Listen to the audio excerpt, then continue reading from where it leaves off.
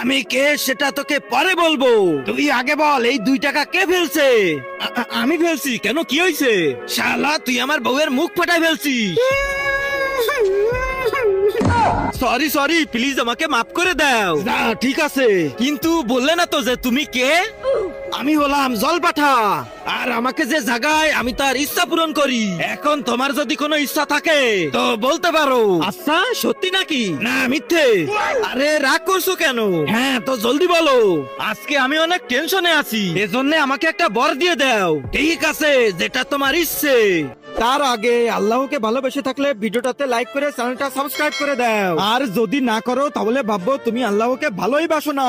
কমেন্টে বলে যাও আই লাভ আল্লাহ। আমি তোকে বর দিচ্ছি, সারা জীবন তুই কুকুর হয়ে থাকবি। আরে জলপারা, ভালো বর না দিয়ে এটা তুমি কি দিলে? Oh no, no.